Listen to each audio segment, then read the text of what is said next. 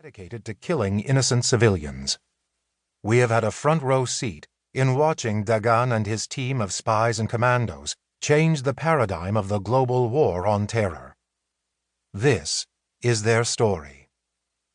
The manuscript was reviewed by security forces in Israel prior to publication. Nitsana Darshan-Leitner, Samuel M. Katz, July 2017. Preface. High-value targets. The raiders came at night. They always did. The pilots from the U.S. Army's ultra-secretive 160th Special Operations Aviation Regiment, Airborne, were experts at flying in the absolute black of night on missions of the highest strategic importance. The unit, known as Night Stalkers, flew multi-million-dollar MH-60 and MH-47 helicopters outfitted with the top-secret night vision capabilities.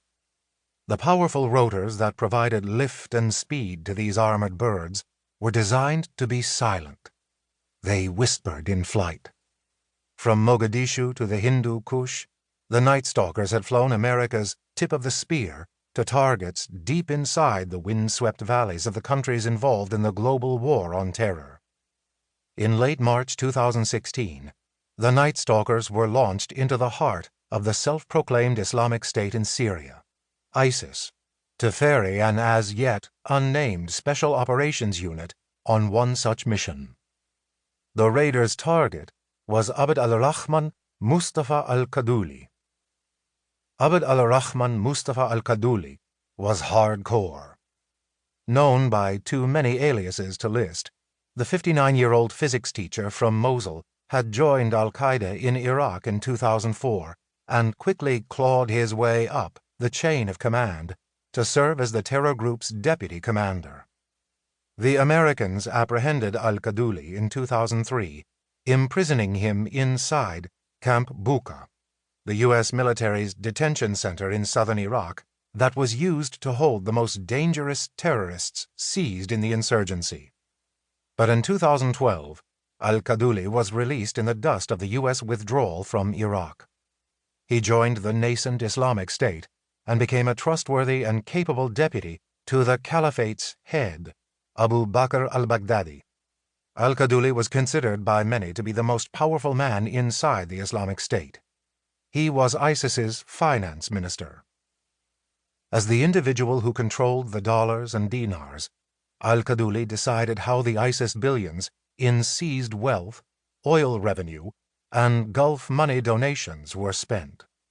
He was the chief bean counter who made sure that the fighters in Raqqa, the Caliphate's capital, were paid their weekly stipends, and he parceled out cash so that local commanders could purchase the bullets and mortar rounds needed to keep the fight going. Al-Kaduli was in charge of budgeting funds that ISIS used to produce the slick, Hollywood-inspired recruitment videos it used to attract fighters from around the world.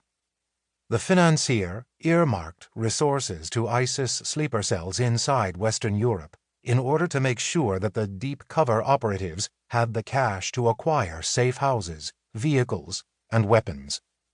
Al-Kaduli was also responsible for managing ISIS's provincial commands, to coordinate operations in Sinai, and the rise of the Caliphate in the swirling chaos that was once Muammar Gaddafi's Libya. On May 14, 2014, the U.S. Department of the Treasury named al-Kaduli as a specially designed global terrorist for acting for or on behalf of ISIS. The State Department's Rewards for Justice had offered a $7 million bounty for information leading to al-Kaduli's arrest. But the Special Operations Forces ferried into Syria that black March night had not traveled to the Caliphate to issue an arrest warrant. They weren't in Syria, hoping to collect Foggy Bottom's prize. The Pentagon mission was classified as capture or kill.